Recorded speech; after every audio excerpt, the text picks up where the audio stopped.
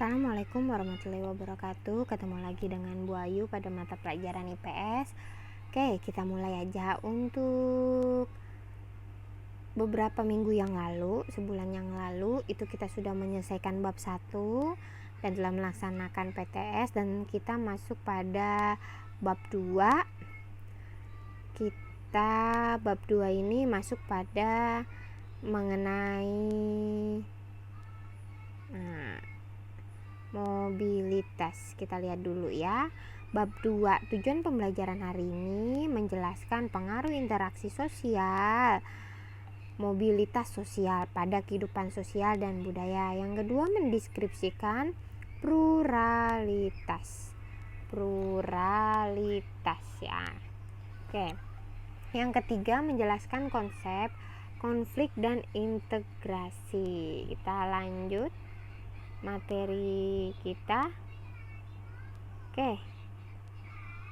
Menurut teori, ini interaksi sosial. Interaksi sosial, perilaku sosial masyarakat ditentukan oleh tekanan sosial yang dihadapi. Tekanan sosial yang dihadapi artinya perilaku diciptakan salah satunya sebagai respon terhadap lingkungan sekitar, khususnya kelompok sosial. Cara manusia berinteraksi dalam bermasyarakat menentukan perilaku manusia tersebut. Kalau kita berperilaku itu harus punya yang namanya adab. Adab itu adalah tata krama. Bagaimana kita berperilaku, itu pengaruh sekali terhadap tata krama kita pada masyarakat. Contohnya misalnya gini, ketika kita melewati seseorang yang lebih tua atau seseorang berada di pinggiran jalan, baik naik motor ataupun kita berjalan, maka sebaiknya kita bilang permisi Pak, permisi Bu. Itu merupakan adab yang baik. Kalau ada yang misalnya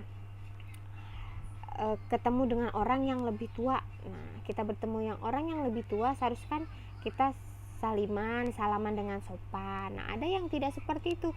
Itu terlihat dari perilakunya, adabnya bagaimana. Oke, kita lanjut. Dari interaksi sosial menimbulkan yang namanya mobilitas sosial. Mobilitas sosial itu perpindahan dari satu kelas ke kelas lain. Jadi artinya kekelasan adanya tingkatan atau turunan. Oke, ada tangganya, perpindahannya. Dari perpindahan ini merubahlah status sosial, bisa menjadi naik ataupun turun. Maksudnya gimana bisa menjadi naik? Contohnya Bu Ayu kasih contoh di sini.